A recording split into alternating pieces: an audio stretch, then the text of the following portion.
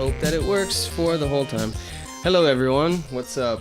This is the House of I podcast, and today we have a wonderful guest that we've known for a couple years now, I would say, right?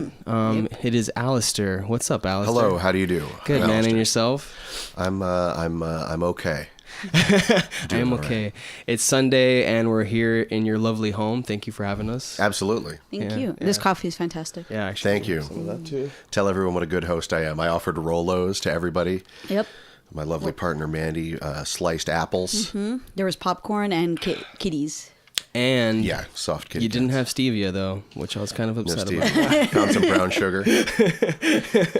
But no, we mainly, so for anyone that hasn't listened to the podcast much, we like to have people that we've met in our lives that are part of the music scene and stuff like that. Obviously, we've had like my mom has been on the podcast, so it's like, really, it's more of like generally just anyone we were interested in talking to. So you're one of those people. And I guess like the first time we met, I believe that must have been Grand National Champions, was it? No, I think it was RJ's show. Was it Musicians Wanted or Center Stage? Oh, that's right. You were on his show first. You guys and Shane, or was it Emmett then? No, I think it was Shane, and then we were there. Oh yeah, I guess so. It was Shane. It was Shane. For pre-Emmett. Whoa. And then we were there again with Emmett. That was 3 or 4 years. No, that was like 4 years ago. Because that's where I also met Jordan Asker and the 100%. Okay. Playing on RJ's show first, and then probably a year or so later, I asked you guys if you wanted to come to Grand National. Play on Grand National Championships, which is my show, yes. on WMNF 88.5 Tampa. Yeah, I definitely want to get into all that as well because I think it's interesting. But okay, so I honestly forgot about that we met there. Yeah, RJ Oreskovich did Center Stage, and then Musicians Wanted, which are all like local live music based shows that were on WMNF. He doesn't do either of those shows anymore, but they were on probably for a total of 4 or 5 years altogether. Okay, cool. So when did you get started working that WMNF? How did that happen? In 2004 is when I first started, and working's in like quotes because everything I do there is on a volunteer basis. Okay. As most of the people at WMNF, there's a small core staff there, and then all the programming is done on a volunteer basis. So I started in 2004. I heard a call out on the air looking for program assistants, and saying anyone who's interested in this, email thus and such. And I emailed back and got in contact with Randy Wynn, who is the program director at WMNF, and he was looking for someone to be on his show, which was on Tuesday mornings at the time, I think. Or Wednesdays, whatever. That part could not be less important. But the show is from 6 to 9 a.m. Oh, wow. So, yeah, that was a very early morning endeavor. So I started going out, and I did that for a little while. And not too long into assisting on Randy's show, and my assisting consisted of like answering the phones if people called in, like handling contests and giveaways, and just running some general errands, go grab these CDs out of the library, put these back, helping with organization and updating the playlist on the website. So after I had done that for a little while, the host of a show that was on from 4 to 6 a.m., one of the early morning shows on Tuesday morning, lost their show. They got suspended, something like that, for maybe like repeatedly, purposefully using non-FCC friendly material on the show or something like that. Just a bunch of cussing. Okay. Something like that. Okay. And a spot opened up, and I applied for it, and I was granted the spot. And at 4 to 6 a.m. is like a crazy time. I mean, I was younger, so much younger than I am now, 25. So like it was less horrific to get up in the morning and like, wake up at 2:30 in the morning to go out there and do a show from 4 to 6 once a week. Cause even then, like it would screw up your time schedule for like 2 or 3 days. What day were you going in? Tuesday mornings, 4 to 6 a.m. And what was your work schedule like then? It was kind of a normal like 9 to 5-ish type thing. And at that time, I don't think I had any special dispensation to come in late on those days.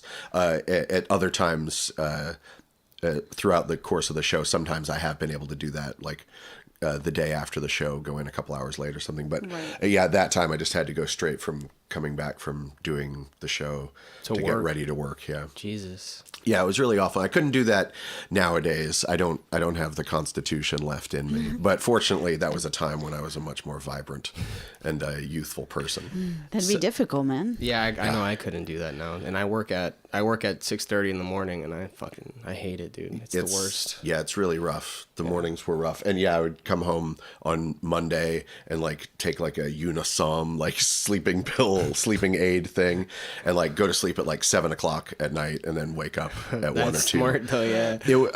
When it worked, it kind of made it more bearable, but it was like suddenly like switching your sleep schedule on its head for a couple just days. for a couple of days. Recovery was rough. But and that in 2004 is when it started, and it was just strictly just playing music, playing records, CDs, for quite a long time before we started having bands on. Was that the beginning of Grand National Champions? Grand National Championships was started in 2004. Yeah, December of 2004. Shit. So then you got a different time slot then eventually. Yes. Yeah. Oh yeah. I guess that's because we never. I can't remember if we ever had any. Because at the most in those days, sometimes someone would come in and play like an acoustic set just in the Air studio. Maybe that happened once or twice during 4 to 6 a.m. But then we changed schedules to 1 to 4 a.m., a 3-hour show in even more the middle of the night for a couple of years. And then we started doing slightly more reasonable. We did an 11 to 1 slot. Yeah, it's actually and then an earlier one that was 8 to 10, which was weird because we got a lot of callers and a lot more kind of participation and interaction during the show, which we don't get as much now or ever did at any other weird time slot, because 8 to 10 people are a little more alive and active, and if you tell them to call in, there are enough people out there that they'll actually call in, and if you want to, you can very easily let the show get overwhelmed with just like people calling, because we would like to take calls without like screening them, just like take them straight on and just go with it as it goes. And some of those were really weird, things. We would just spend like way too long talking to odd people. Do you have an example? No, just I can't think of anything in particular, but just waves and waves of people, and sometimes the same person calling over and over again, and them maybe being like super duper drunk. Of course. And them kind of having their own inside jokes and maybe not really contributing. We are not contributing to any like interesting thing that's happening like on the radio, because we're just like trying to deal with this person who's in their own world. But there's a lot of that from 8 to 10, and then we settled into 10 to midnight, which we've been for a little while. I think it was when we were originally 11 to 1 that we started having some bands on. Okay, which makes sense because that's usually around the time that bands start to play anyway. Yeah, it's kind of like the normal showish time. Yeah, and it's because if we ever, I don't think we ever had a band on from 1 to 4. If we did, it was definitely pre-recorded, and it was actually a while before I got comfortable enough with the live studio to start running sessions on my own. Early on, I would enlist the help of someone I knew who had spent a lot of time recording in that studio and kind of knew the lay of things. And he would record, and I would just assist him and kind of like learn how things worked in that studio. So that's how you learned how to do all that stuff, basically. I had some knowledge, but definitely on how to like use that studio in particular, because as you know, like every setup has its own idiosyncrasies. At that time, the live studio had this old front of house board, just like an analog board that we had routed particularly, to the interface at the station, so we could do some multi-track recording and stuff. But if you just walking in, it was hard to tell what exactly was going on. So he really helped me learn that, and I learned a lot of just the art of recording. Just from going through the reps at WMNF in a lot of ways. That's dope. Are you from here? Are you from Florida? Yeah, I was born at Bayfront Hospital a couple miles from here.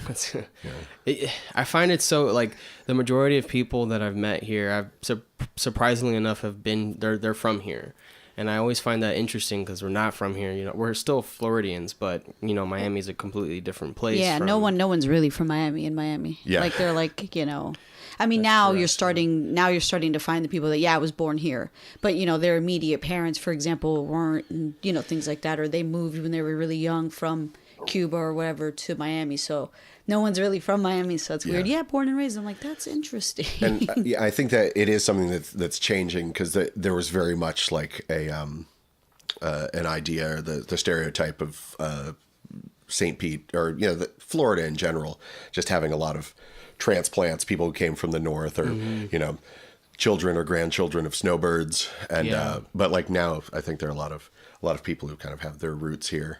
Yeah, but, there are. I mean, a lot of people that we've met, like you know, like a great like Lassie, like I could have sworn that they weren't from here, for example. I don't know why. I just thought that, you know, like or Jordan, for example. I know he's from here too. I think he lived in Tallahassee for a little bit, but like yeah, it was just strange that to meet so many people that are from here. Like like literally like all of Jordan's crew.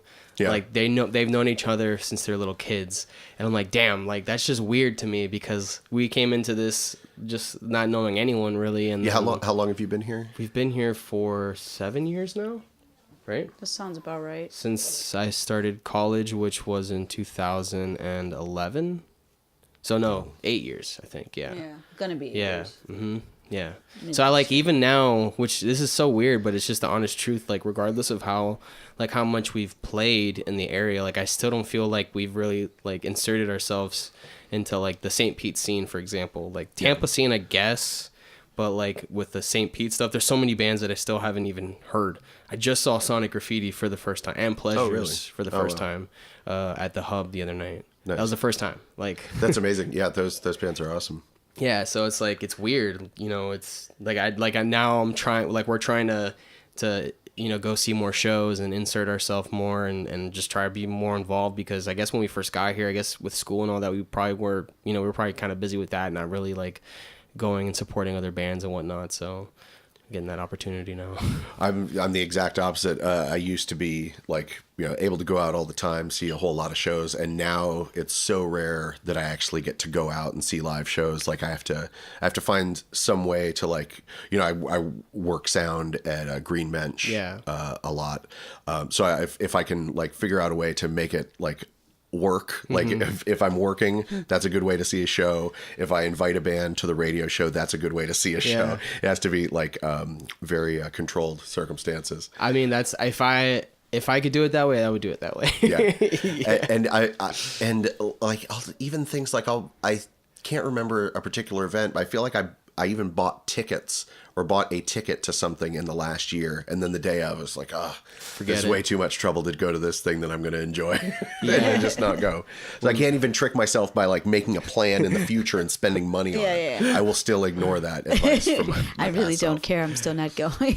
I will defiantly refuse to enjoy myself. Well, things are different though. They must be different like once you have a kid, for example, as well, you know? Yeah. There's just my free time is just extremely rare. Yeah. So I like to spend it just moving as little as possible. I mean, just staying stationary. So you're doing the show, Grand National Championships.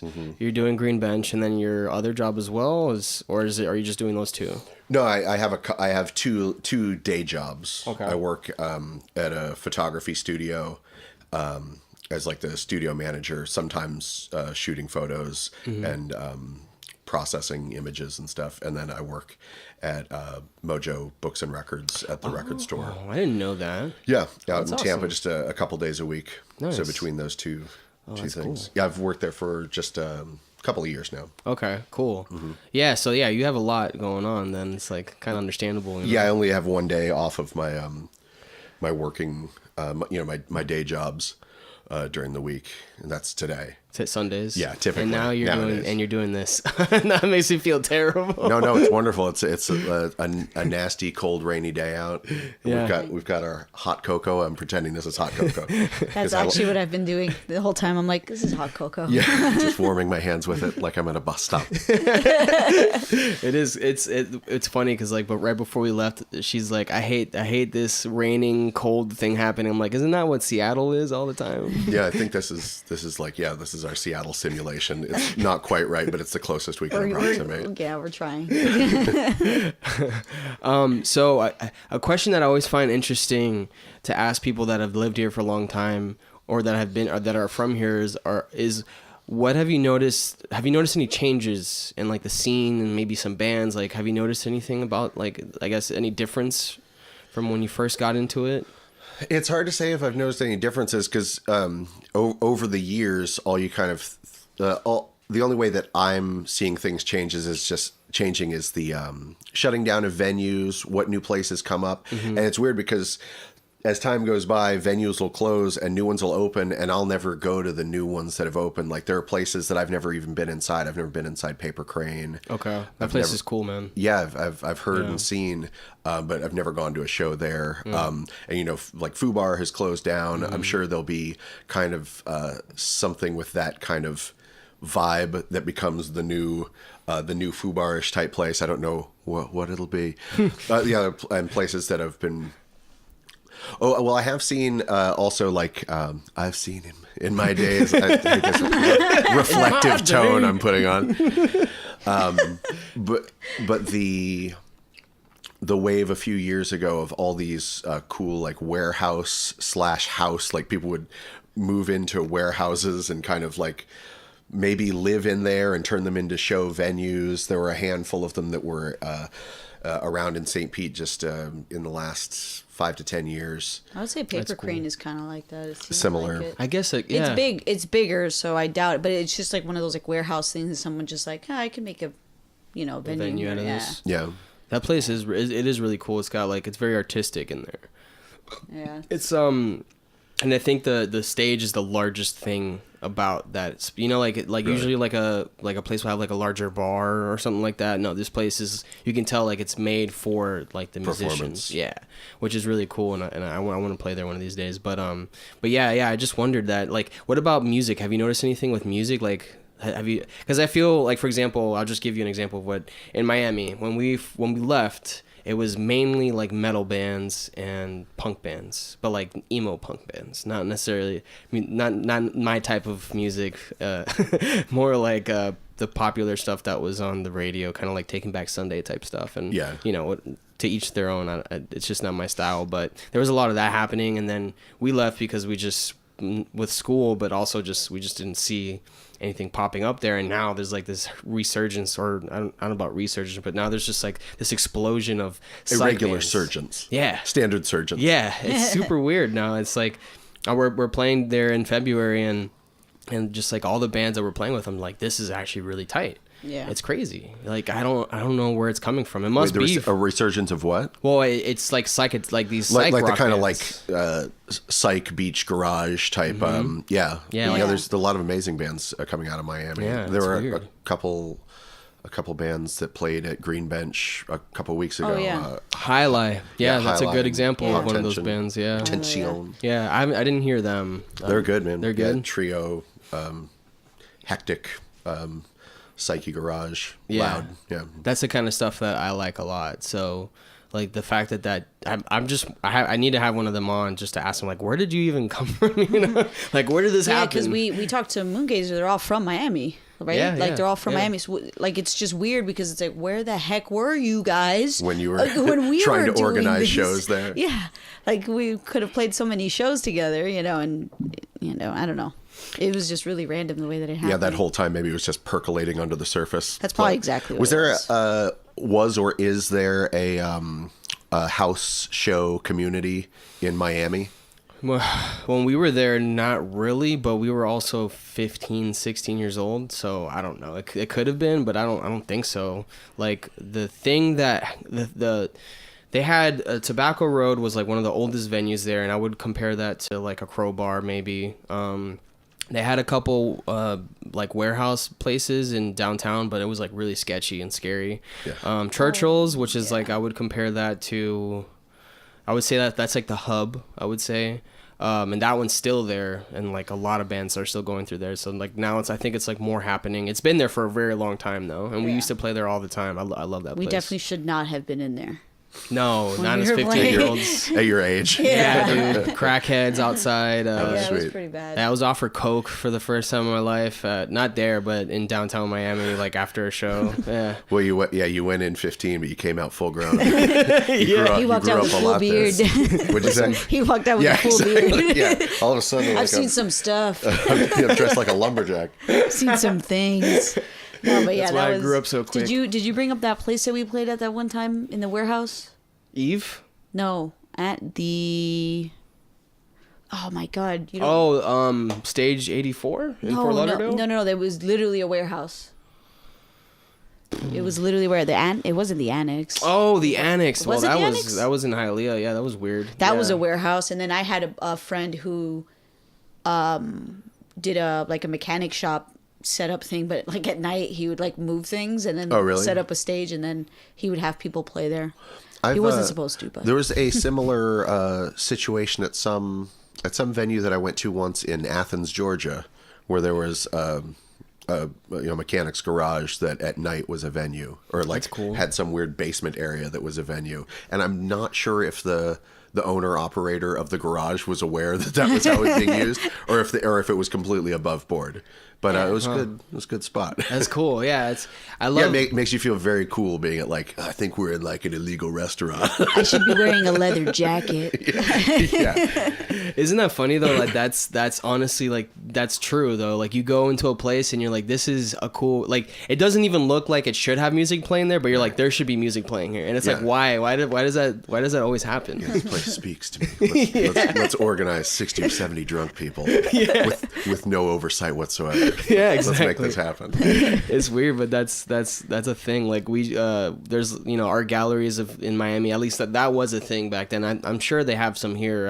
I haven't played one yet, but they used to do that a lot at art galleries. Just like literally, art on the wall, and you have to bring your own PA system, and you can set up and just play there, which was cool. But that's something. It's again, as I become older and more decrepit, that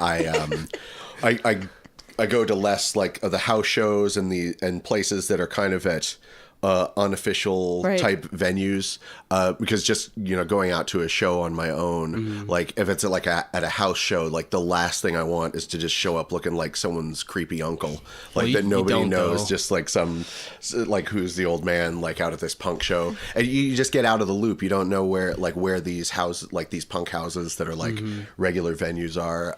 Like I feel to a certain extent that's sliding away from me, and that's again like why I have to have concerts on demand at the radio show. It's just invite people out. Come to me. Yeah, exactly. Here, come to my house show here at WMNF. But people know who you are. That's like I feel like that would be quite rare that someone would be like, "Who's that guy?" You know what I'm saying? I don't think for the most part the average concert goer would be like, look at that guy. Like that's a guy who invites people to play house shows. I've seen him run sound at Green Bench. It's possible, but still, just the social anxiety of it keeps me away for the most part, unless I have some kind of like buddy to go with. Yeah, if you have a show buddy, then that takes a lot of the pressure off of just like showing up. Like, is this flyer just a trick to beat me up and rob me? Is something that you have to take into account when attending a house show. Like, how legit are these bands? Have I heard of them? Yeah. How tough are they? What are their feelings? Can I take all four of their members at the same time? Yeah, exactly. How comfortable am I with a rumble? A rumble. Okay, that just showed your age. Yeah, that's what you do. Well, I'll wrap up a pack of cigarettes in my undershirt, grease back my hair, exactly, and we'll fight with chains. We'll bring out in the street. switchblades. Yeah, exactly. That's funny, man. Freaking fuck, I had a question then. Greaser times. Okay, so now let's get into what exactly. What does running your show? What does that entail exactly? If you could just go through the motions of that. Okay, here we go. Okay, so like, if it were a night when a band is playing, which is when there's like really stuff, a lot of stuff to do. Mm-hmm. All right, so the show runs from 10 to midnight. Mm-hmm. So we have a band come in at 8 o'clock. And this has become a big thing of late because I've started in the past couple of years, it's now become the norm, doing the show like live. Because for a while, when I had more free time, I would have bands come in on the weekend and record a set, leisurely edit it, get things done, sometimes even get the video done so it could be released on the day of the show. Mm-hmm. So I'd like pre-record, have the band come in and play the recording while the band's in studio, have them play records and just hang out for the show.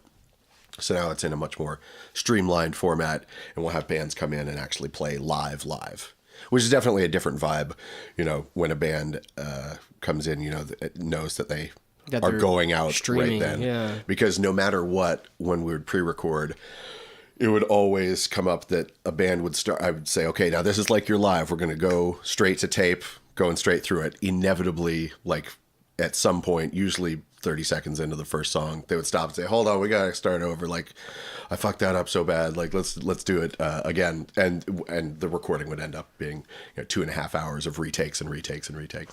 And that was just about every single band. But and for the most part, I wouldn't lay down the law and say like strictly you got to do it. I would say if you absolutely hate what you just did, you can stop. But as long as you have that in your head, like you're going to hear something that you hate. Yeah. Like that's, I think, human nature. Kind of, yeah. So I don't want to give the bands a hard time, all those dumb idiots. So now we do it live. So I have bands come in at 8 o'clock sharp because we have to pretty much get started pretty punctually, or else things domino effect and go bad. And we'll set the bands up in the live room. Usually, to anyone it doesn't really matter if you've been out to the WMNF studio, we've got like an ISO booth there that I do not trust. To me, that is, it's like Skyping in to the recording session. So I always set the bands up all in the same space, in the same room, instead of kind of taking advantage of any extra isolation that the station offers. Oh, I see what you're saying. Yeah. So you'd like separate the guitarists or something like that? Actually nowadays I almost set up the room just like it's a stage, because it's easiest for video recording is to it can maximize angles just by having everybody like facing out and treating it as though it's a stage front. And over the course of, we give 2 hours to set up, sound check, video check, make sure everything's actually going from the live studio to the air studio where we're outputting from, and then we go live at 10 o'clock. I sometimes will have assistants who'll help with setup and such over the course of the year. Sometimes we've had interns and various people helping out who'll run cables, hook up mics, and all that jazz. But for the most part, it's just me. So I'll set up the sound, check the sound in the sound booth. I'm just running back and forth the whole time up until 10 o'clock. And then when we go live, the band just plays its whole way through, usually for like a half-hour set. And then once they're done, we play some music, and I'll invite everybody up for a segment on the show, just for a short segment. Sometimes we'll do the news, which is like it's just pretend joke things. Well, they're not pretend; it's real news, but just the stupid news that you can make jokes about. Ridiculous stuff. Yeah. And then I kick everybody out, and we go clean it up, and then I take the video and the sound, and I put it on a hard drive, and I forget that it ever exists, and I do not edit it for 5 or 6 years. And that's how I've started telling people about it. Sometimes I can get stuff edited, and sometimes I have other people shooting stuff that, like, it depends. If the footage ends up being super easy and conducive to editing, sometimes that'll move it up in the priority list. And but for the most part, because my free time is so little, I end up with this huge archive. Like I've only ever edited. Your session was in the end of 2015 or something. I've only ever edited the 2 songs out of it. Yeah. So someday you guys are going to have new footage from you playing 30 years ago. Yeah. And it's going to be a very exciting day. But yeah, so now I've started telling bands when they're on the show, I'm going to take video, but is going to be for archival purposes. I have no idea when this will actually see the light of day. Yeah. Because ideally, if I had some kind of like access to a team of people, I would love to run it more like, just like a television show or something where on a regular basis we could get all the video out. But as it currently stands, because there's no budget for the show, right. It's hard to ask people besides myself to like put in all this effort, put in all these extra hours to help out with that stuff. But yeah, so I'm slowly building an archive and like trickling out things slowly but surely on the GNC show YouTube channel. Well, we can talk about this like afterwards, but I wouldn't mind. I mean, if you're interested, I wouldn't mind helping you at least like mix the music. I mean, I have some experience with that. I mean, I don't know how much you would want to just do that on your own, but no, I'm very much up for that idea. The only issue is is that the video is just as big of a component to the audio. Well, just getting it because now for a while I was maintaining this gncsessions.com, which is just the audio archive. Yeah. It's like set up on a Bandcamp page. Gotcha. Of all the performers who've been on the show. And now I'm basically just keeping everything on YouTube, and I've stopped uploading just the audio only. It's just for stuff from like 2015 and before or something like that. So yeah, I will definitely take you up on that. But yeah, then there's still like a whole video element too. And sometimes I've gotten people to ask like, hey, anybody out there want to just throw the question to the universe? Yeah. Anyone want to help out like editing a video or two? And often it just ends up being something that just falls by the wayside. Like it's hard to ask someone to do something that takes up a lot of time like that for free. For free, yeah. And I don't expect anyone to have the same enthusiasm for it that I do. Yeah. But my enthusiasm can only get me off the couch for so many hours a week. For me personally, I actually I've recorded. I've only done one other band, but I enjoyed it. And I don't think I charged them anything, but it was for Emmett's other band. He's not with them now, but it was for the Vivid Moxie. Okay. Have you ever heard of them before? I feel like I've heard the name. I don't know. I'm not familiar with the band. Yeah, I did. We did a live session with them, and I recorded the audio. It was kind of similar to what you're doing at GNC, but yeah, it was fun. I actually enjoyed doing it. Like, I don't know, I like mixing stuff. So yeah, if you do need help, I wouldn't mind helping. That would be cool. Sure, yeah, that would be sweet.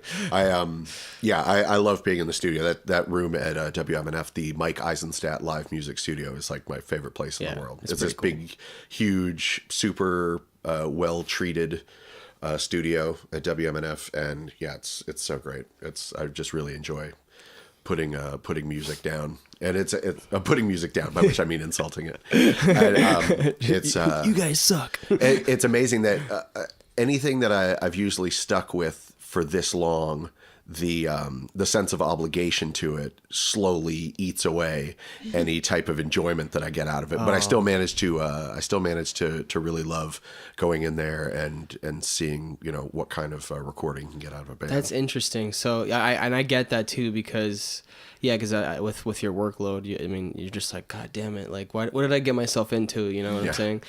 So then I guess when you are accepting like bands and stuff, like do you usually choose bands that you're like, oh, I like this? Is that how that works? Or it's a mix of bands that I kind of have on a list or that I'll see and add to the list, that I'll specifically seek out and ask if they want to come in, or and bands that send me a message saying, hey, we're thus and such, do you want to check this out? And it sometimes it's very much just luck of the draw. If someone happens to message me when I'm busy, I'll just see it and put it away and I'll forget about it. Mm-hmm. And then 5 years later I might run into them and be like, oh yeah, let's do that. And then other times, just because I happen to be having a time where I'm completely free to check something out and write a message back, the just luck of the draw. But it's pretty much maybe half and half, bands that I ask and bands that ask me. Because I would think that like doing something like It's really neat to think about, like, how many bands I've been through, and I'm sure obviously that you've enjoyed some. So it's like to think about, like, I have enjoyed them. some. I'll say, like I'm sure you've enjoyed some. For the most part, actually, I mean, it wasn't until after I've been doing it for at least a few years that I started getting a lot of people submitting or asking. And I don't make a big deal of, like, saying, if you want to be on the show, send a message to thus and such. Yeah. So for a long time, it was exclusively bands that I would make a point of seeking out. Mm-hmm. So it was definitely, it was, I mean, it's always bands that I like. I would never just, like, have a band on that I didn't actually enjoy listening to. Yeah. But yes, sorry, I interrupted you to make some Oh, no, stupid you're joke. fine. I must have enjoyed some of the music. Yeah. No, I mean more of like, so the only way I could compare it is if I start reaching out to bands that I like, and then, it's a weird way of thinking, but just like, man, I had that band that they're now, like, doing, like, crazy things, like, they're, like, super successful, like, that can definitely happen in your case, and it's like, I had them, like, that's cool to do. But but at the same time, like, then I'll catch myself having like stupid grandiose thoughts where, like, a great band who's now gone on to greater success was on the show. I'm kind of like, like, I helped do that. I am partly responsible for this band. I own their success. That's so funny. But, like, now I realize that's stupid. Like, they happened to come through and very unselfishly played for free on the radio, and I got to be a part of that experience. But their success has nothing to do necessarily with me. But it is an instinct that I have and try to quell. Yeah, push that down. That's funny. I don't know if I would think of it like that. I would just be like, that's cool that they came on. No, it's I invented this band, and they owe everything to me. Why haven't they called? Yeah. Why have they not come back? Why have they not specifically initiated a conversation with me about returning to this single tour stop 8 years ago? Oh my god, that's funny. And now that you just brought up another question that I thought, like, so where do you see St. Pete, Tampa, and, like, the scheme of, like, the scene here? Like, do you think that it's a vibrant scene? Like, what are your thoughts on, I guess, the music that we have here? I think it's a vibrant scene.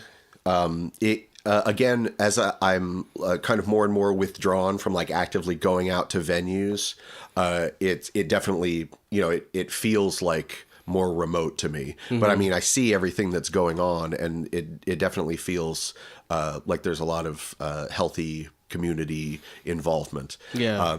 Like I said, there's some venues closing, like the 600 block in downtown St. Pete is slowly going away.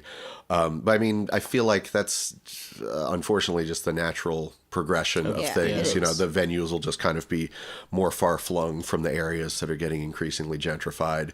The venues will be there. It's just a matter of, finding them and, booking shows there. That doesn't make much sense to me. Like, an area that's being gentrified, wouldn't it make more sense for them to enjoy having a venue to go to? Yeah, but they don't want to go and see experimental musicians with card tables, like, making noise. So they don't want to hear dirty punk rock. Like, they want to hear just, like, pop beach cover bands or just I mean, I would imagine that's the argument. Yeah, and that's probably exactly what it is. Any venue that would have, card table noise shows would not be able to pay rent in an area that's, in a space that's underneath a 32 story condo. Yeah, I get what you're saying. Yeah, that sucks, man, because I mean, I guess in my, like, to me, it's like, why wouldn't anyone want that? Like, why wouldn't you want to hear, like, what the local scene is like? You know what I'm saying? Like, it's just strange to me. But I guess I'm not most people. I don't know. Maybe I am. I have no idea. But yeah, I don't know. Whoa. Did you just have a short existential crisis? Yes. Are you or are you not you? Are you a person? But yeah, I'd imagine most of the people who are moving into those, to the newly created residences are just so far detached from what we consider the local like music culture that they just have no connection to it whatsoever. Yeah, they want to go to a restaurant with nice, quiet music, have dinner, and then Grown up stuff. Yeah, folk just like a guy on acoustic guitar, just kind of like playing covers. Yeah, exactly. Yeah, absolutely. He can tell you what type of land your body is. Spoiler alert, it's a wonderland. It's a wonderland. Or Wonderwall. Yeah, your body is a wonder wall. Listen to my mashup acoustic cover. Songs. That'd actually be funny. I would actually enjoy that. Your body's Just a matchup of these songs. So now another, because I know we've talked a little bit about kind of like the music that we have in common, but what would you say are some bands that you love, you know, like ones that you're just in love with or whatever?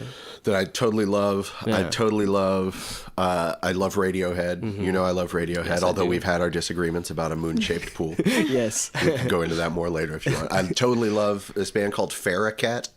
Never heard of That them. was they were on Discord Records like in the late 90s, early 2000s, like maybe literally, I'm not going to say literally, maybe between like 97 and 2001 or something. Okay. They existed, who've gone on to be in a couple of the members in other bands called Medications and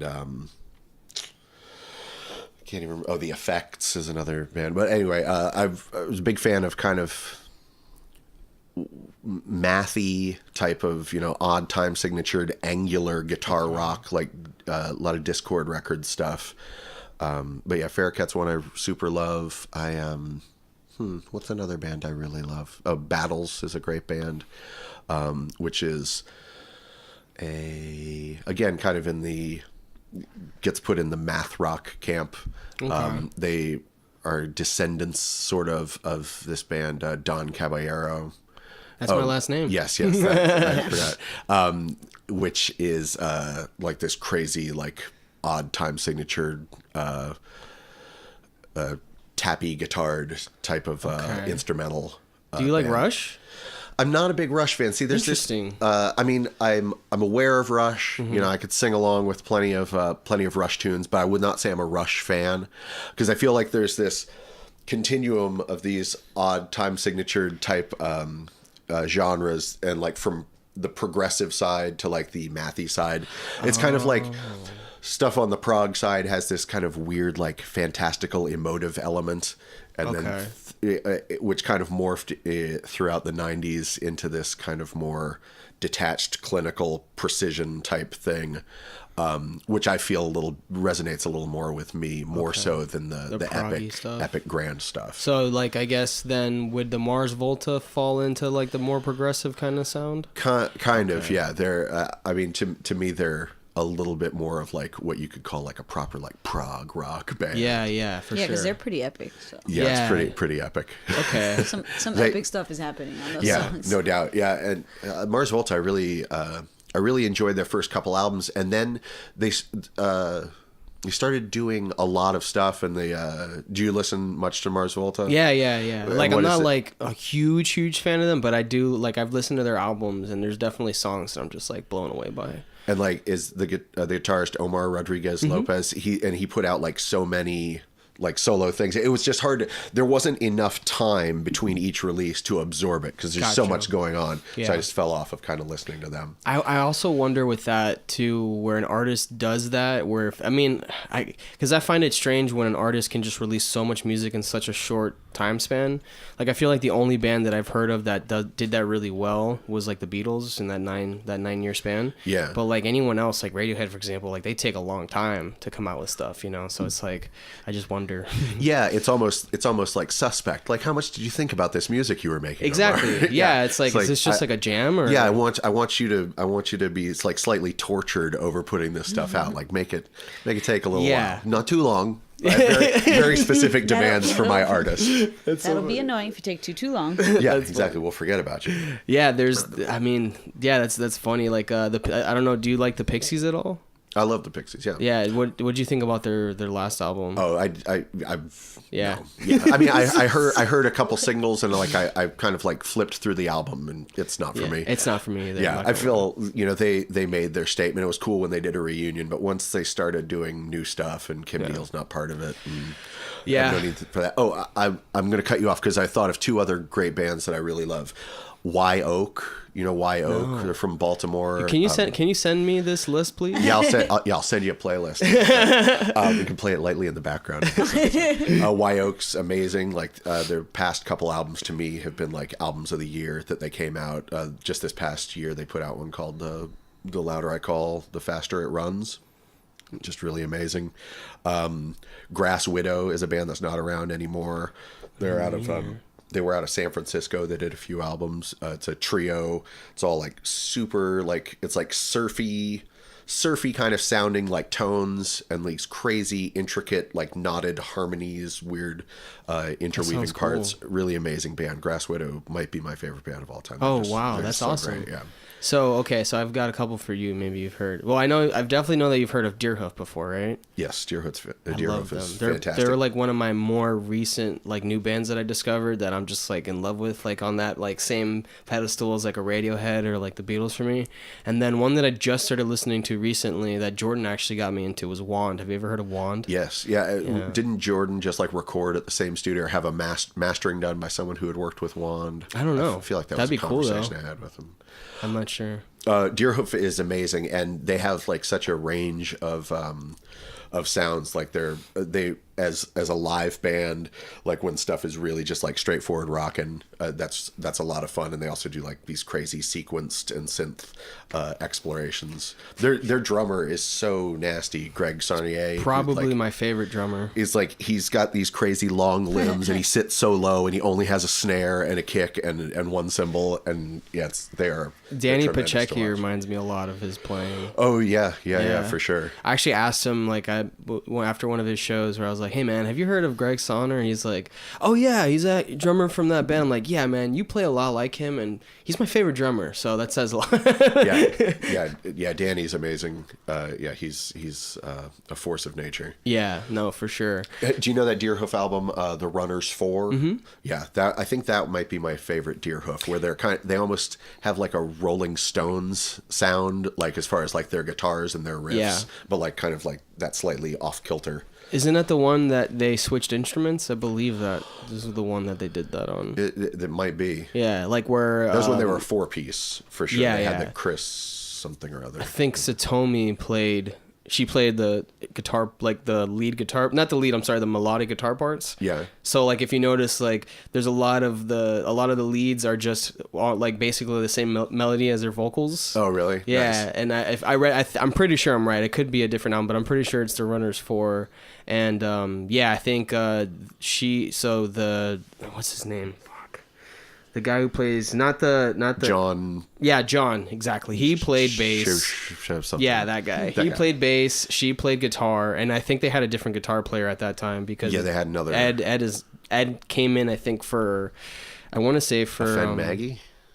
No, I think after that. I think it may have been Opportunity. Friend Opportunity. No, well, I think it maybe that one or the one afterwards. The one with like the garbage truck on the cover. It's like a cool like night. It's like a night thing. Like it's not the one before Deerhoof versus Evil. Gonna have to look this up. Yeah, this episode is going to need footnotes. We're gonna have a slideshow. The one right before Deerhoof versus Evil. And you know what? You want to know what? There was a period of time when I was like kind of turned off to Deerhoof because I didn't like Deerhoof versus Evil when I first got it. I have it on LP. And I listened to it a few times. And I was like, it wasn't exactly where I wanted them to be at the time. And then I didn't listen to them for like 2 or 3 albums after that, and only like got back into them with an album. Do you still don't like that album? Ago. I haven't revisited it. Dude, I'm sure I love it now. It's so good. Like that's one of my favorites for sure. Really? Okay. Yeah. I've maybe gone back and just like checked a track and be like, do I hate this? And I haven't gone back into it fully, but yeah, I have no doubt that that happens to me all the time. I'll put an album aside because like, this is dumb. This band shouldn't sound like this. And that's how I sound when I talk to myself. And then I'll go back 5 years later and be like, oh well, I missed out on like going to this show and all this stuff because I wasn't ready. They were ahead of me. I wasn't ready for it. Well, I mean, was it Breakup Song? I think it may have been Breakup Song is the album I'm talking about that Ed first joined. It's tiny because it's on Spotify. It's with past phones. I think that's it. I might be wrong, but I think that's whenever I say that. Yeah, it's like I would never not go see the Pixies because I don't like their new stuff. Are you crazy? They still. I know they're going to play their old stuff, and I want to be there for that. Yeah. I need to hear Breed again. I did see them for their because I never got an opportunity to see them the first time around. I would not have been. What originally break up in like 91 or 92? Yeah, I think so. Maybe 92. Yeah, so I was far too wee even at my advanced age. But so I saw their reunion when they came back in 2004. It was probably amazing, wasn't it? It was fantastic. I couldn't believe it. All of the shows that I've seen with them, it wasn't with Kim. It was with the new. I went all the way to Ohio to see them because I was like, they're never coming to Florida. This Paz is it. Who plays with them now? Paz, from who played to. Paz played with like Perfect Circle or something back in the day. Played with a few different like kind of like. I think Emmett was the one that confirmed that for me that she played with that band. And I meant Bleed, but anywho, but yeah. And I remember the first time I saw them, and I was like, I really don't like her. I'm not feeling this. She messed up a couple times, and I was like, I don't know. I walked out and I was like, it was like 14 degrees outside, and I'm like, no, I didn't like that. That made me very upset. What Paz did. But after that, I saw them like twice more. She's fantastic. I was eating shit. Yeah, I was just mad. you were looking specifically for errors. Yeah, I can tell she's going to do something to fuck this up. Of course, dude. She's like not Kim. there she goes. Just like I said. She doesn't. That's not the note she hit. What the fuck? Yeah. God, do better harmonies. I think when she first saw her is like right when they just got her. Yeah. Like that. I think she was fresh. When she was acquired free agent status. Exactly. Off of transfer of 75 million. I forget. I think I may have spoken to Ellie about this, but because like the new album, it's not that I don't like the songs. I don't like the way they recorded it. And I think that's what I enjoyed so much about their old albums is that there was a specific sound. Like it didn't have this like this almost bubbly like sound to it. You get what I'm saying? Like I feel like they really went for like a generic recording Like it was just too technique. clean. Yeah. Yeah, there is something very untreated about like the sound of Surferosa or any of the first 4 albums. Yeah, and it's like that, I think that's the only thing really in my opinion that I don't like about it. So same songs recorded that way or just not as clean, I'd probably like it. Yeah. There was I think it may have been the only single that came out like when they reunited a song called Bam Thwok. Yeah, you remember that sounds cool. And that Kim was on that song. I don't know if it was primarily a Kim written song, but that I liked it, and I heard that song and thought like, oh, okay, this has cool. legs. Yeah. And then just anything that came out after that, I was like, no, get it away from me. Yeah, it's weird. So like Andrew Queen, like that song I like a lot. Like it just reminds me of Trump Le Monde, like that kind of like that I guess the writing style from that time period. But it's weird. You can tell though, like, so after Bossa Nova, Trump Le Monde, all that stuff, you can tell that they were getting into like the more like the better sounding like recordings and stuff like that. And I just wish that they would do something like completely different. I think that's why I like Radiohead so much because they always get like a different sound, like even in their recordings, like in Rainbows was like clear, like super clear, crisp. You can hear everything. It sounds beautiful. But then they went like to kind of that old school warm ambient vibe with Amunche Pool. I don't know, you're not like oh no, well I get what you're saying. I mean like the difference between OK Computer like with its huge like reverby drums to like having like everything close mic'd, there's not reverberation or anything. You hear every little tick. Yeah. I like that they do that. I mean It's funny because it's going to turn into a podcast about fucking radio. I could think of worse podcasts to listen to. It would not be the Dear worst listener. topic. But you are good. I don't really just bring this up to anyone. You're a good person to talk to about this because you break it actually down. you have good insight. But it's funny. Like I wonder when they're recording, like, do they, as a band, do they're like, okay, like the new thing that we're going to go for is, like, let's kind of like go back and use an analog tape recorder. You know what I'm saying? Or is it fucking, and I'm blanking on his name right now. This always happens. Nigel Godrich. Yeah, Nigel. Exactly. Like, or is he like the mastermind behind that? You know what I'm saying? I'm sure they sit down and they talk about the song, like the sound that they want the songs to have. And then, what's the best way of doing that? Because that's, in my opinion, what a producer does. And I don't doubt that, they'll sometimes just follow the spark of inspiration. Like, if they hear a funky sound while they happen to be, setting things up, that you say, well, how did that happen? Blah, blah, blah, Yeah, that's true. So I'm sure there's a good deal of planning, as well as just like, seeing what comes out, when you throw some stuff at the wall.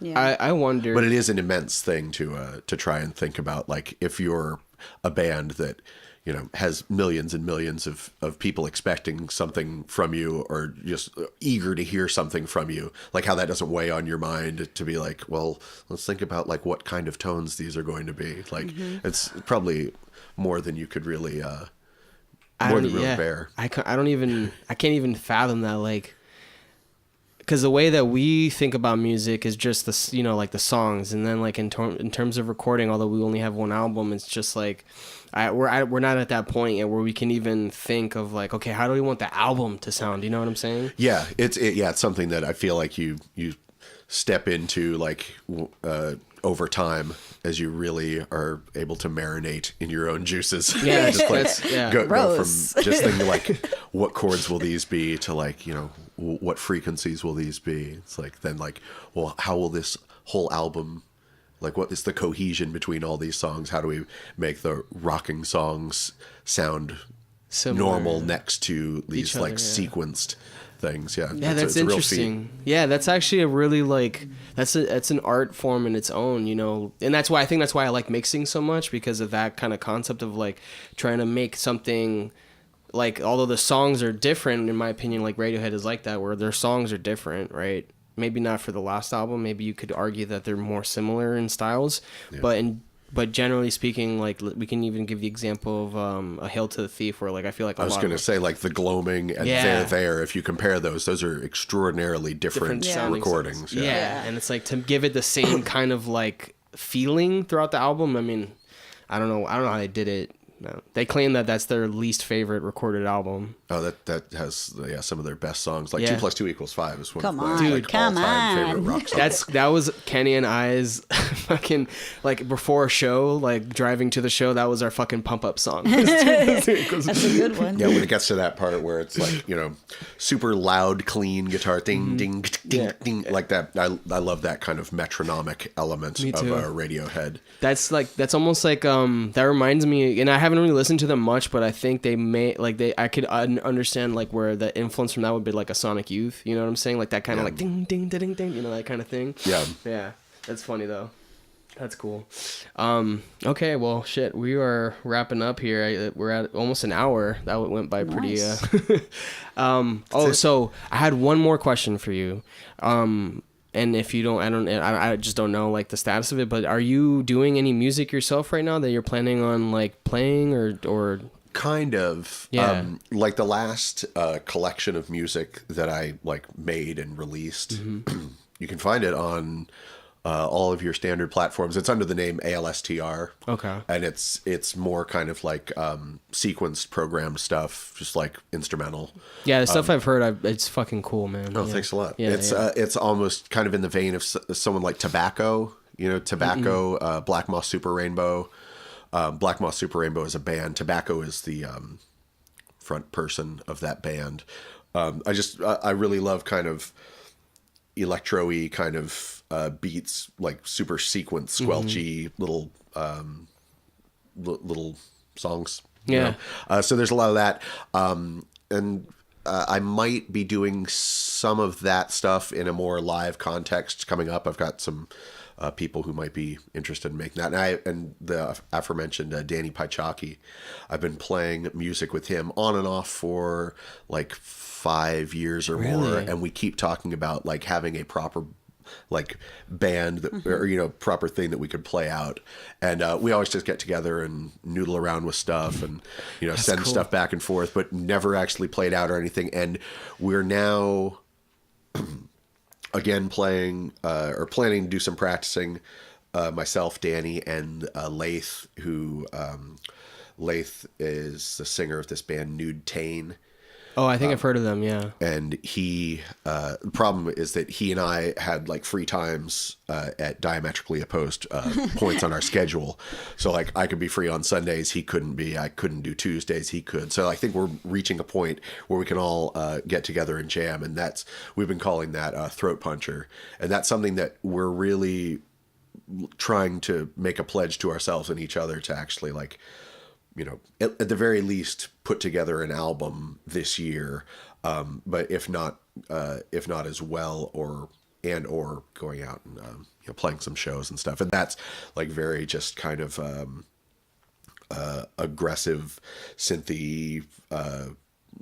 Laith does a lot of like crazy vocal manipulations in addition to being like a really like crazy vocalist on his own. So it's a lot of fun. There's a lot of kind of random elements to it, and it sounds really interesting.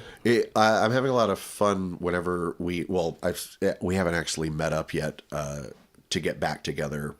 Probably it's been at least a year, but when we did get together, it was always really weird and unpredictable and a lot of fun. And Laith is awesome, and Danny is just like the most ridiculous drummer. Yeah, that's so cool. I forgot that too, actually, mentioning Danny. Like I remember now that I saw a video of you two playing. I've just set up doing a lot of like I'm playing primarily in that synth. Maybe there'll be a little bit of guitar, but yeah, just a lot of like crazy synth noises. Well, if you need guitar, I would love to put some cool guitar parts on there. That would be tight. That would be tight. Shit, I have another. I don't know did I ever tell you about the other project that I was doing with a friend of mine? No, what is that?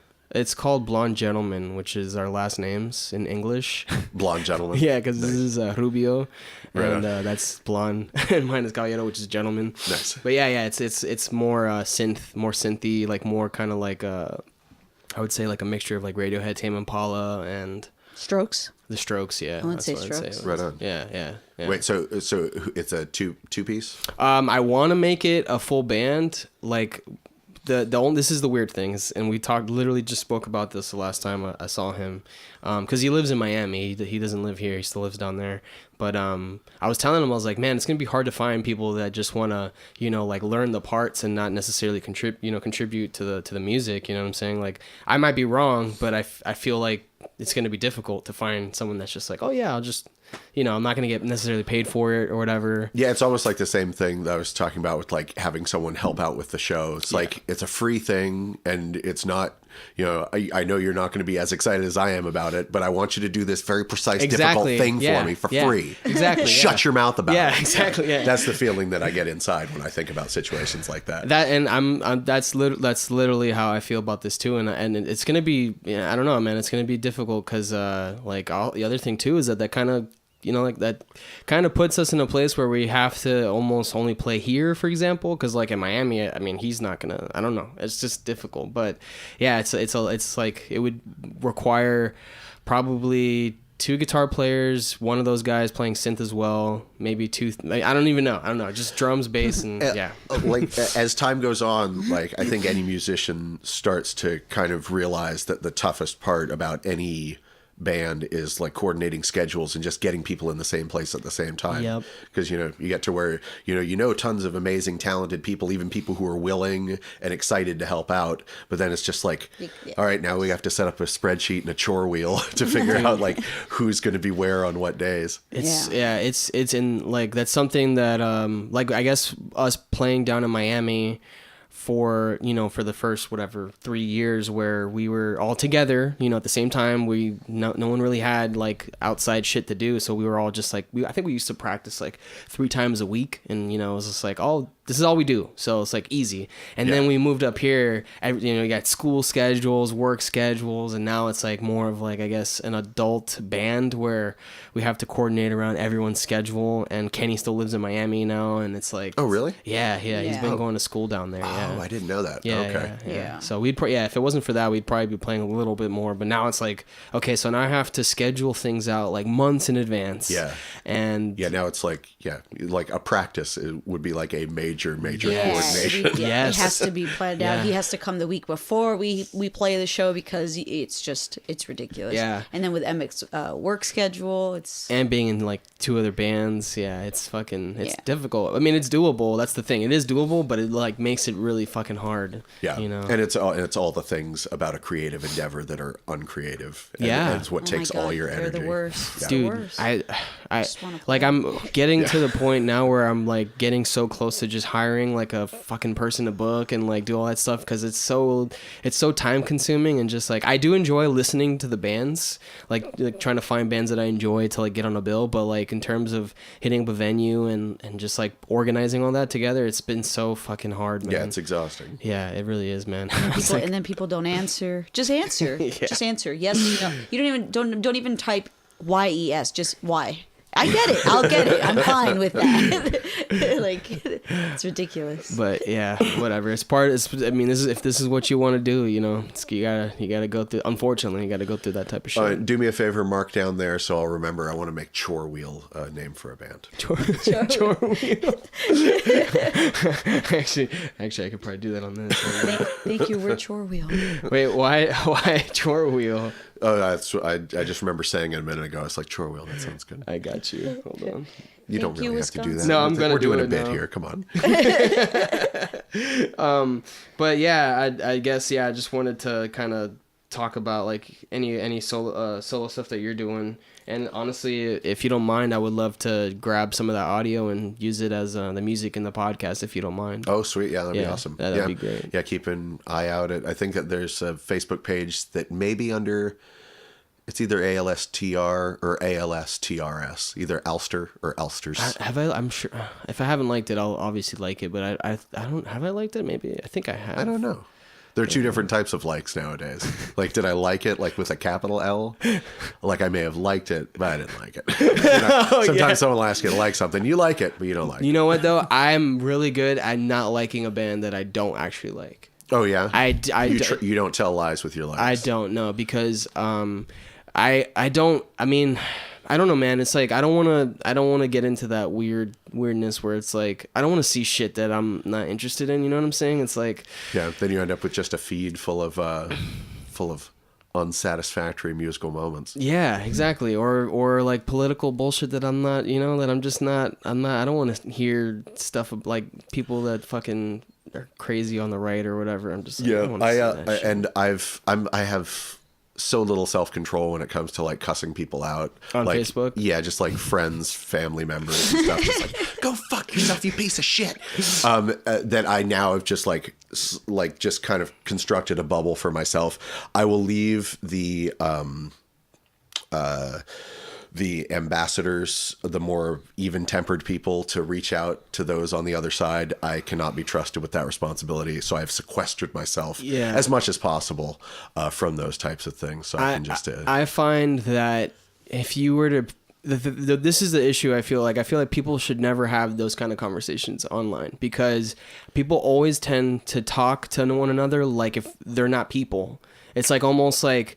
Like people have said the rudest things to me that I would never think of saying in front of someone, for example, online. Yeah. And I would like to think that I don't partake in that type of thing. But if I had a conversation like that with someone that I don't agree with, it would never get to that point. Oh, never. Yeah. You just treat it like it's just like a wall, just a blank wall that no one's going to read, something like that. It's weird though. It's a weird thing. Yeah, it's very weird. Yeah. It's horrible and awful, and I'm completely a participant in it. Yeah, absolutely, and that's why on certain and in certain arenas I don't sequester myself from it. Yeah. My Twitter feed is just, all the replies are just telling Trump to go fuck himself. Like that's what I use Twitter for, is to just tell the president to shove a hammer up his ass 10 times a week. Oh shit, that's funny, man. But then there are other places where I try and do less of that. Yeah. Just so I can have, a place for peace and quiet and just shitty bands that I don't like. Shitty bands I don't like. That's too funny. Yeah, I don't know, man. It's a weird, like, I follow a lot of podcasts, and I know we're kind of running a little later than, I don't know. I don't want to hold you too long. I don't know. I'm sure you're busy. I'm fine. Okay. What time is it? It's 2:50. 2:50. Yeah. If you need to go, I'm at this point we're just like, we're just having normal conversation. We're just talking. Reassuring me. But it's just, I think we're going through really weird times where I feel like people generally have similar ideals, but they're, I guess, like, their political it's not like I wouldn't say team or anything like that, but I do feel like there's this weird thing where people they tend to, like, kind of, what's it called, when you're not budging on some things. Stubborn. Yeah, like being stubborn about, like, their ideals or, like, their political thing. I don't know, man. It's just like I feel like there needs to be a lot more people just having conversations with each other rather than, reading an article that, for all we know, is, like, completely, that's all misinformation or, biased, for example. And that's another thing too, is, like, I feel like there's a lot of biased material out there on both ends of the spectrum. And I don't know, man. I don't know what you think about it, but it's just like, I feel like there's a lot more people in the middle than there are on both extremes, if that makes any sense. Yeah, I think it's true. And it's it's almost like you feel, I won't say you, I hate when people say you think it's like this. No, I think I feel like it's like watching the breakdown of society, but I also think that is a natural thing for a person to feel like they're witnessing as they feel themselves growing older and like sensing their own mortality. They feel like the world is dying along with them. But it's hard to convince yourself otherwise when you see, just the man's inhumanity to man that's taking place in the world, and also at the same time recognizing my own participation in it, and my own fanning of the flames. For sometimes sure. you can't help it. It's I feel like it's just tribalism. Like, people are going to say that a Republican is right because I'm Republican, and I'm not budging on that. And it's like, but you could just have the conversation and really figure it out if you just listened. You just have your own opinions, And definitely in a forum like where people are, like, understanding, like, someone else's intentions and, like, like you said, talking face to face. Yeah. Which is, in ways that you would, like, actually talk to a person and not just, like, screaming at them. Yeah, or like belittling their their ideas or whatever. Yeah, I had to stop because, like, one specifically where it was about basically the abortion thing, and I was just, my point, literally my only point was that there needs to be a middle ground between, like, what you consider, like, because it's weird. I'm pro-choice, right? I understand the argument on the side of pro-life, for example. First of all, I'm not a woman, so for me, I feel like I don't really have, I shouldn't have more say than a woman, but I don't know, there's weird arguments to that. But anyways, my point was that, like, where's the line? Like, what's the line where, it's ethical, for example? And my point was that, technically speaking, by masturbating, you are killing off any possibility of these, becoming children. And the person basically called me a moron and, like, way worse things that I don't want to repeat, but, like, I was just like, wow, like, what kind of, like, what kind of way of responding is that, Right. Yeah. And it seems like that. And again, I'm always happy to participate in an extremely negative way with people. Yeah. Where you don't even consider trying to explain any actual, like, facts or, like, this is my feeling on this. It's just immediately goes to attacking a person's character or saying that their ideas have no validity. Yeah. Which, again, like, and it's like it's kind of weird that I did this, but I like looked up the person's like profile to see like Found their home address. and they're Do you know where they live? Let's go. they were old, like it was an older woman with a child, and I was like, wow, like the things that you're saying right now, like if you're teaching your child these ideals, you're a terrible parent. You know what I'm saying? Like to just be almost like a 15-year-old, like calling out a 20 whatever I was year old, like just saying like these really terrible things. It's just like, what kind of person are you that would do that? And then I was like, oh wait, but I am online right now, and people act differently online. It's true. Yeah. It's like you're wearing your avatar. You're walking around in your pretend mech suit, like experiencing this virtual world. Yeah, I'm never going to see this person, so I don't give a fuck. You know, I'm going to say whatever it is that I want to say. So. And then, so then also like another weird question is like, so as technology starts to progress and we start becoming more, I guess, like I feel like technology and us as humans is starting to combine more and more. Are you talking about the singularity? Yeah, something like that. You're talking about Ray Kurzweil? Yeah, something like that. Like, well, like what's Are you gonna happen asking then? me if I will install my brain into a robot? Yes. I think that I honestly think that is gonna happen. Like, I feel like that's a possibility. It just makes sense to me. On a long enough timeline, if it's possible, there will definitely be people who are lined up to do it. The same way when they say, like, who wants to colonize Mars? And they immediately get, like, 20 million applicants, like, please, take me away. Yeah, it's strange, but I get it, though. Like, I mean, definitely the mortality thing. Like, I mean, there might be a point in life in general, if the earth doesn't destroy us before then, that, you know, we will never, like, our brains or whatever, our consciousness will be just programmed into a freaking software or something like that. Yeah, we can etch it into a disc and just fling it into space and then just destroy another galaxy wherever we land. Have you heard of the simulation concept where we're already in one? Have you heard of that? Yeah, I remember hearing kind of various variations on that, like, you know, after the Matrix. the movie. Yes, the famous movie, The Matrix, which had no sequels. Too bad they didn't make any sequels. They could have been interesting, but they didn't make any. The Matrix was a fine movie as it was. Because you don't like the other ones? Sequels! You didn't like the other ones? No. No, the Animatrix was amazing. That's right, yeah. But not the two sequels to The Matrix. How did that work? Did the person that was the original creator of the animation, did they have nothing to do with the sequels at all, or no?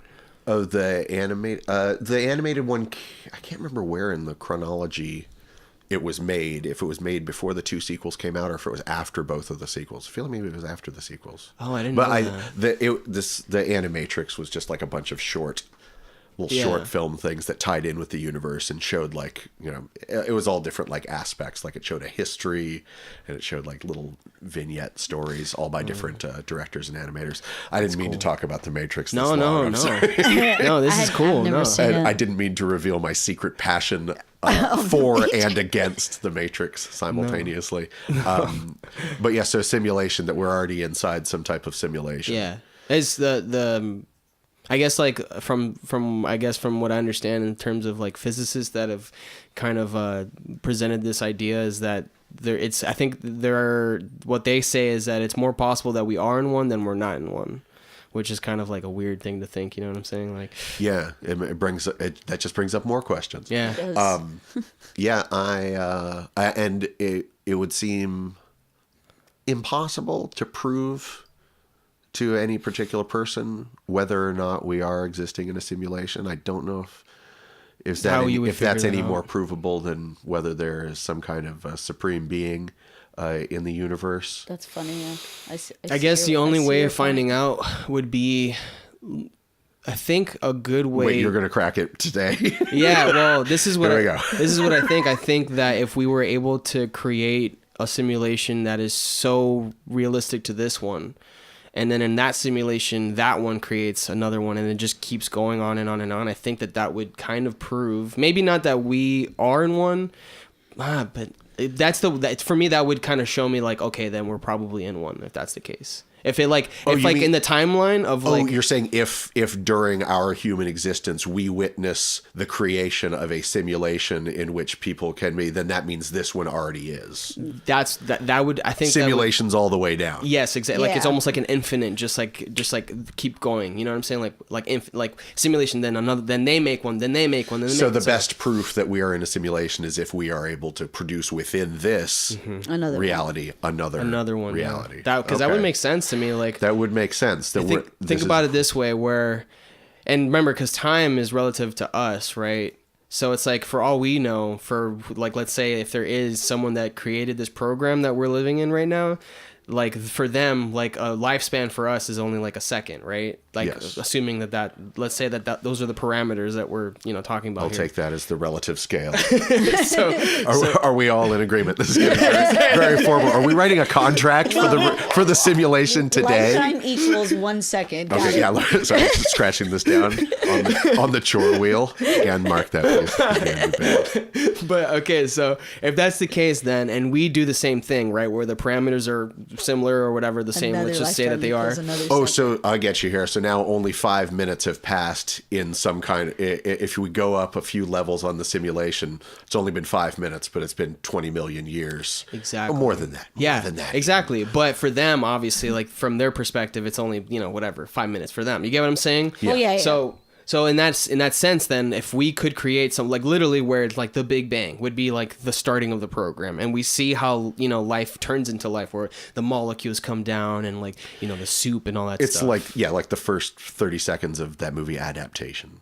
I didn't where they even show know the that. world beginning. I didn't know that. I think I'm sure there are a few movies that do that. Yeah, I'm But that's sure, what I yeah. pictured when you said it. Just like cuts. It's like like a slimy little frog crawling up Yeah. on land. It's Yeah, like then an exactly. eagle soaring. It's Yeah. like, okay, 'Cause- sprouts moving in time lapse. Like if you think about it too, like that, I mean, people would use that not even just for proving that we're in one, but rather to kind of use it as almost like a blueprint to see how things would have happened. Like I guess like like a probability thing. You get what I'm saying? Like a it's like a fantasy baseball league, or like when you simulate a whole season of baseball, like in a computer, just like you say. Yeah. If you had these players, this is probably what would have happened. yeah, something Yeah, like something like that. probabilities Yeah, and, because you could technically use. I mean, I guess depending on how many. Like I'm thinking of it like literally as a science experiment. Like you could use. I just really like the way you're almost approaching this as though you're about to start it. You're just like, okay, so and like you're explaining to me, and they're like, and that's why I made this, and you push the button, and the Big Bang happens.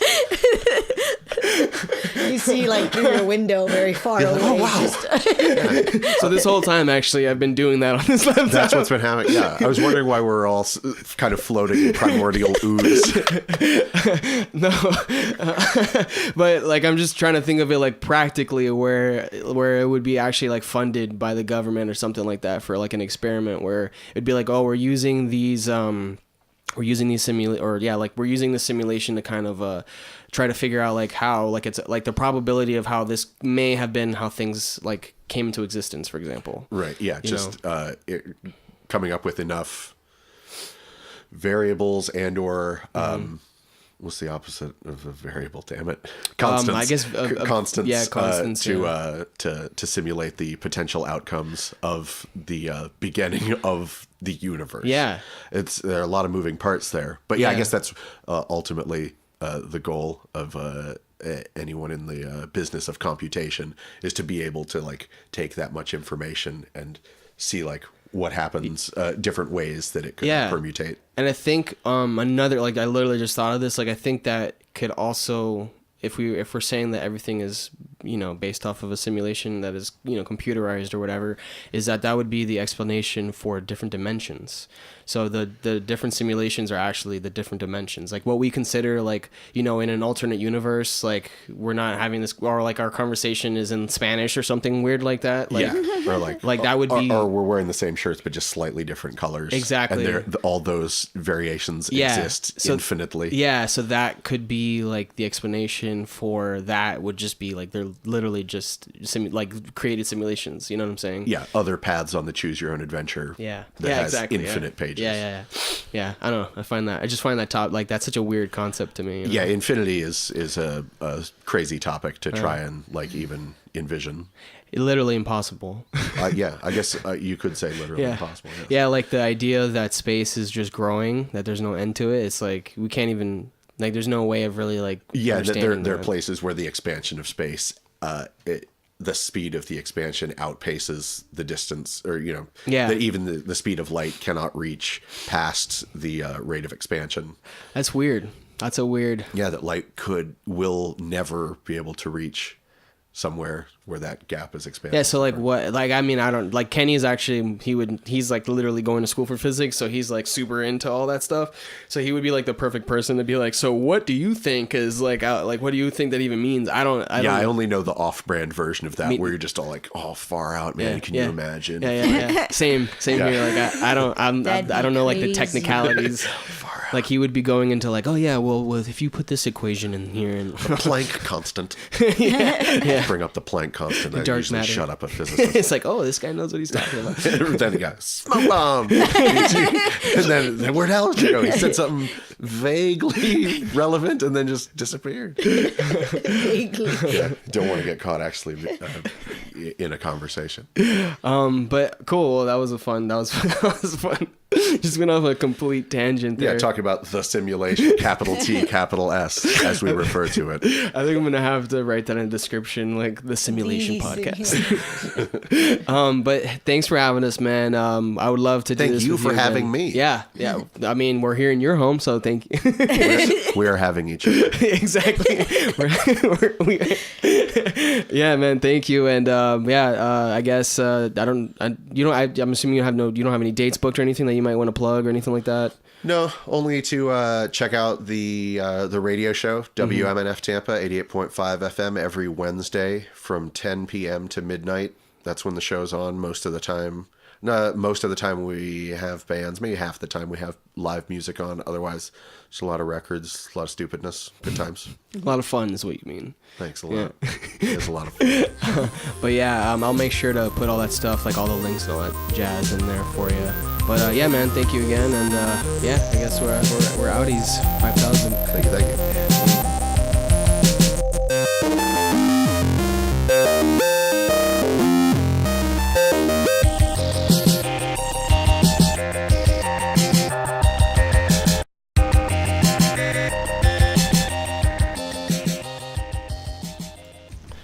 Hey everyone, this is Daniel. I'm just kind of No, I'm not recapping. I forgot to insert the plugs for our upcoming dates in February. House of I will be performing in February on 2 different legs. The first leg of the tour is going to be in Florida, which is Jacksonville on February 8th at Rain Dogs with Cosmic Highway and Secret Cigarettes. We've played with Cosmic Highway before, and they're an awesome band, so I definitely suggest you check them out. Maybe we'll get them on the podcast. That'd be really cool, actually. And then on February 9th, we're going to be playing at Tea and Poets in Miami. I believe that's in downtown Miami. And we're playing with Moongazer, whom we've just played with at Space Mountain with Pans, which was an awesome show. So I'm excited to be playing with them again. We're also playing with Pavlov's Bell, that I have been checking out, and their music is fucking awesome. And then we're playing with an old friend of ours, Jacob George, and he has a band, and that band is called Jacob George Band. And I'm excited to be playing with him because it's been years. I mean, I think he is one of the first people that we met down there before we moved up to Tampa that had some pretty cool music that we were digging. So that's going to be fun to reunite with him, and who knows, maybe we'll get him on the podcast. And then on the 11th, we are playing at Sarbez in St. Augustine with Lassiu, and I believe we are playing with the Young Step.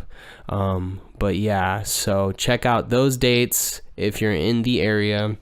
On the second leg of the tour, we are actually going out of state. Yay! Which is pretty cool because it'll be the first time that House of I goes out of state to play.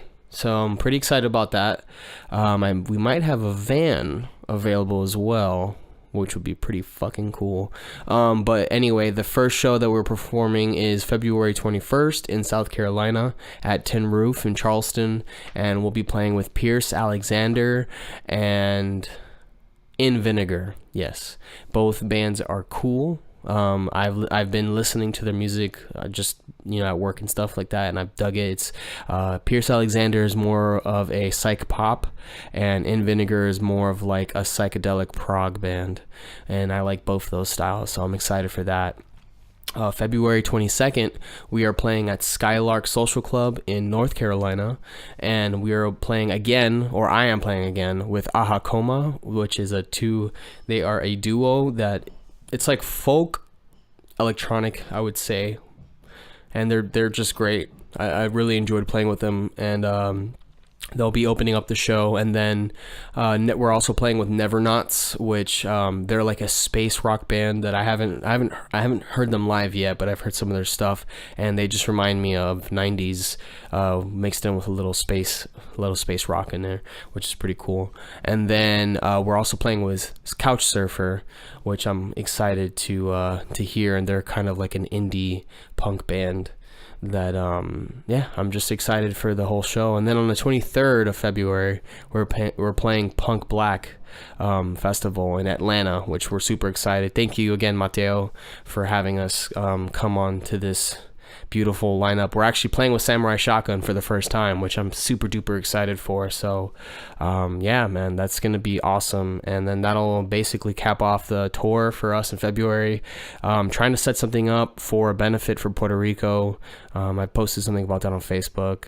And then I'm also going to plan on booking a show in Puerto Rico with the band. So yeah, just stay tuned for that. I mean, I'm going to try and do this as much as possible, the podcast, and keep you guys updated. Again, sorry for not being more on top of this, but there's a lot going on. So, but anyways, again, I digress. Thank you again, Alistair, for coming on. And hopefully once we have more music to present to the world, we will come back on Grand National Championship and, perform for the Tampa Bay area, St. Pete area on WMNF 88.5. Later.